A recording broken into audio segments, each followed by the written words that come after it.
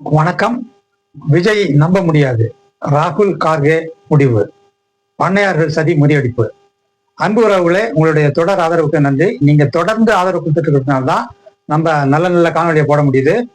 இப்ப அரசியல் நிகழ்வுகளை நம்ம தொடர்ந்து உற்று நோக்கி வர்றதால இந்த பொங்கல் டைம்ல சில வீடியோக்கள் போட முடியல. ஆனா இப்ப நம்ம கரண்டா அடிக்கடி போடுவோம்னு நம்புறேன். இப்ப விஷயத்துக்கு வாங்க. இப்ப சமீபத்துல நேற்றுக்கு டெல்லியில ஒரு மீட்டிங் நடந்தது நம்ம பார்த்தோம். காங்கிரஸ் தலைவர் மல்லிகார்ஜுன கார்கே மற்றும் ராகுல் காந்தி அவங்க தலைமையில இங்க இருந்து ஒரு 41 பேர் கொண்ட ஒரு தமிழ்நாடு காங்கிரஸ் கமிட்டியினுடைய குழு அங்க போச்சுன்னு பாக்குறோம். நாங்க ஒவ்வொருத்தரையும் அவர் மீட் பண்ணி அவர்களுடைய கருத்துக்கள் எல்லாம் கேட்டிருக்காரு. கேட்கும்போது இவங்க சொன்னது எல்லாத்தையும் கேட்டுட்டாரு. எல்லா வியூஸும் கேட்டுட்டு கார்கேவும் ராகுலும் சொன்னதாக காங்கிரஸ் கட்சியிலிருந்து நமக்கு வர தகவல்கள் மற்றும் ஊடகங்கள்ல இருந்து வர தகவல்களை வச்சு பார்க்கும்போது அவங்க சொன்னது என்னன்னா, இந்த சூழல்ல நம்ம விஜய நம்ப முடியாது. ஏன்னா நம்ம அவருக்காக கஷ்டப்பட்டு ட்வீட் போடுறோம், நம்ம அவருக்கு சப்போர்ட்டை தெரிவிக்கிறோம். பல்வேறு வகையில நம்மளுடைய ஆதரவு, அவருடைய அந்த படம் விஷயமா இருக்கட்டும், இல்ல அந்த 41 பேர் கரூர்ல இறந்து போன டைமா இருக்கட்டும், நம்ம தலைவர் ராகுல் பேசினாரு, போன் பேசினாரு. அப்புறம் இந்த தலைவர்களுக்கெல்லாம் நம்ம விஜய நேரடியா இதுல தொடர்பு படுத்த முடியாது, அவருக்கும் இது ஒரு மனவேதனையா இருந்திருக்குங்கிற மாதிரி ஒரு கூட பிறந்த ஒரு சகோதரன் என்ன ஒரு கட்சி தலைவரை பத்தி நினைப்பாரோ அந்த மாதிரியான நினைவுகளோட தான் ராகுல் காந்தி விஜய்க்கு பேசுறாரு.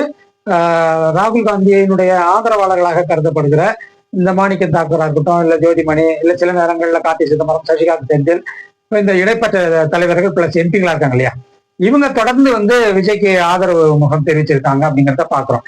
கடந்த 2 மாசமாகவே இந்த ஒரு சோசியல் மீடியாவில மிகப்பெரிய ஒரு போர் நடந்தது நமக்கெல்லாம் தெரியும். அதாவது காங்கிரஸ்லயே திமுக எதிர்ப்பணி, திமுக ஆதரவணி அப்படிங்கிற மாதிரி அந்த ஒரு போர் நடந்துகிட்டு இருந்த பாக்குறோம். இதனுடைய ஒரு உச்சகட்டமாக தான் டெல்லிக்கு அவங்க எல்லாம் வரவழைக்கப்பட்டு பேசினாங்க. அதுல ராகுல் காந்தியும் மல்லிகார்ஜுன கார்கே அவர்களும் சொன்ன மிக தெளிவான ஒரு விஷயம் என்னன்னா, நாம் இந்த சூழலில் நாம் இவ்வளவு ஆதரவு தெரிவித்தும் நமக்காக அதுக்கு ஒரு நன்றி சொல்லாத அல்லது குரல் கொடுக்காத, அவர் நம்மளுடைய ஆதரவை என்னதான் நினைக்கிறார் என்று அவரிடமிருந்து புரிந்து கொள்ள முடியாத ஒரு கம்யூனிகேஷன் கேப்ல அவர் இருக்கிறதுனால அவர் நம்பி எப்படி நம்ம இறங்க முடியும்? ராகுல் ஒருத்தத்தையும் கேட்டிருக்காரு. ஓகே, நீங்க சொன்ன மாதிரி நம்ம விஜயோட கூட்டணி போகலாம், ஒன்றும் தவறு கிடையாது, நம்ம தொண்டர்கள் விரும்புறாங்கன்னு சொல்றீங்க, நீங்களும் விரும்புறதா சொல்றீங்க, சரி முழு மனசோட நம்ம இறங்கி அவரோட கூட்டணிக்கு நம்ம போறோம்னு வைங்க. இன்கேஸ் இந்த சட்டசபை தேர்தல்ல தோத்துட்டாருன்னா அவரும் தோத்துட்டாரு, இல்ல அவரோட நம்மளும் சேர்ந்து தோத்து போயிட்டோம்னு வைங்க. ஜெயிச்சோம்னா ஓகே, ஜெயிச்சோம்னாவும் 2029 வரையும் நம்ம வெயிட் பண்ணி ஆகணும் பாராளுமன்ற தேர்தலுக்கு. இன்கேஸ் தோத்து போயிட்டோம்னா ஆல் ஆஃப் சடன் அவர் என்ன முடிவு எடுப்பாருங்கிறதுக்கு எந்த உத்தரவாதமும் இல்லை. இப்ப நம்ம கொடுக்குற ஆதரவுக்கே அவர் எந்த ஒரு உத்தரவாதமும் தெரிவிக்காத சூழல்ல இப்ப எதை பத்தியும் வாயை திறக்காத நம்ம மட்டும்தான் வாயை திறந்து ஆதரவு தெரிவிச்சுட்டு இருக்கோம், நம்ம மட்டுமே பேசிட்டு இருக்கோம். அவரு சைட்ல இருந்து எந்த ரெஸ்பான்ஸும், நம்ம ஆதரவு அதுக்கு நன்றி தெரிவிக்கிறாரா, இல்ல அதை ஏத்துக்கிட்டாரா, இல்ல அதுக்கு வேற எப்படி நம்மளோட வருவாரான்றது எந்த உத்தரவாதமும் கிடையாது. இந்த ஒரு சூழல்ல நீங்க உங்க பேச்சை நான் நம்பி நான் எப்படி ஆலோசனை தடம் அங்க இறங்க முடியும்? அது ஒரு மண்குதிரையை நம்பி ஆத்துல இறங்கின ஒரு கதையா தான் முடியும். பின்னாடி இப்ப நமக்கு இருக்கிற இந்த இந்த சப்போர்ட்டும் ஃபுல்லா போயிடுச்சுன்னா நம்ம அரசியல் எப்படி பண்றது அப்படிங்கிறது முதல் கட்டமாக அவங்க தெரிவிச்சிருக்காங்க. கூடவே அவங்க தெரிவிச்ச இன்னொரு சமாச்சாரம் என்னன்னா, இப்போ சப்போஸிங் நம்ம விஜயோட போறோம், அவரும் நமக்கு நிறைய சீட்டு தரான்னு வைங்க. ஆனால் பாஜகவுக்கு பயப்பட மாட்டாரு, இல்ல அவங்களோட எதிர்காலத்துல எந்த உறவும் வச்சுக்க மாட்டாரு, ஃபுல் அண்ட் ஃபுல் நம்மளோட தான் பயணம் பண்ணுவாருங்கிறதுக்கு எந்த கேரண்டி இருக்கு? அவருடைய கடந்த கால நடவடிக்கைகள் எல்லாம் வச்சு நம்ம பார்க்கும்போது அவர் மேல நமக்கு எந்த விதமான ஒரு நம்பிக்கை ஏற்படல. அப்படி ஒரு நம்பிக்கை ஏற்படாத சூழல்ல நம்ம எதை நம்பி அவர் போறது? ஸோ அவருடைய தொண்டர்களா இருந்தாலும் சரி, தொண்டர்கள் ஓரளவு சப்போர்ட் பண்ணா கூட தலைவர் திடீர்னு நம்ம பாஜகவோட போயிடணும்னு சொல்லிட்டாருன்னா ஒட்டுமொத்தமா அப்படியே அங்க சாஞ்சிடுவாங்க இல்லையா? ஏன்னா அந்த தொண்டர்கள் அரசியல் படுத்தப்படாத தொண்டர்களா இருக்காங்க, அவங்களுக்கு அரசியல் அறிவுங்கிறது சுத்தமா இல்லைங்கிறத நம்ம பாக்குறோம். இந்த சூழல்ல அவர் தொண்டர்களும் சரி கிடையாது, அவரும் சரி கிடையாது, அவரும் நமக்கு ஆதரவு தெரிவிப்பாருன்னு தெரியாது. இந்த எல்லாத்தையும் மனசுல வச்சு பார்க்கும்போது நாம் எந்த நம்பிக்கையோடு அவருடன் செல்வது? அப்படிங்கிறது தான் வந்து ராகுல் காந்தி கேள்வி. இந்த கேள்விக்கு இங்கேருந்து போன தலைவர்கள்ட்ட எந்த விதமான பதிலும் இல்லை. அவங்க அதுக்கு ப்ரிப்பேர்டா போல. அவங்க என்ன நினைச்சாங்கன்னா, தொண்டர்கள்லாம் வந்து இந்த மாதிரி நினைக்கிறாங்க, நமக்கு விஜயில இளைஞர்கள் இருக்காங்க, மைனாரிட்டிஸ் அவருக்கு போடுவாங்க, இதெல்லாம் வச்சு பார்க்கும்போது நம்ம தொண்டர்களும் அந்த தொண்டர்களும் சேர்ந்தா ஒரு பெரும் படையா நம்ம தேர்தலை சந்திக்கலாம் அப்படிங்கிற இதுதான் நாங்க நினைச்சோம். ஆனா ராகுல் வந்து இந்த மாதிரி ஒரு கேள்வி சடனாக ஒரு கேட்பாருன்னு தெரியல அப்படிங்கிறது தான் அவங்க எல்லாம் கொஞ்சம் ரொம்ப சர்ப்ரைஸ்டா இருந்தாங்க. அதனால அவங்க எந்த பதிலும் சொல்லாம நீங்க சொல்ற மாதிரி நாங்க செய்யறோம்ட்டு வந்துட்டாங்கிறத பாக்குறோம். அதே மாதிரி பாத்தீங்கன்னா அவங்க 2 பேரும் ஒரு அட்வைஸ் பண்ணியிருக்காங்க. என்னன்னா, இப்ப உள்ள சூழல்ல எல்லா மாநிலங்கள்லயும் நமக்கு வந்து தோல்வி முகமா இருக்கு. 2வது நம்ம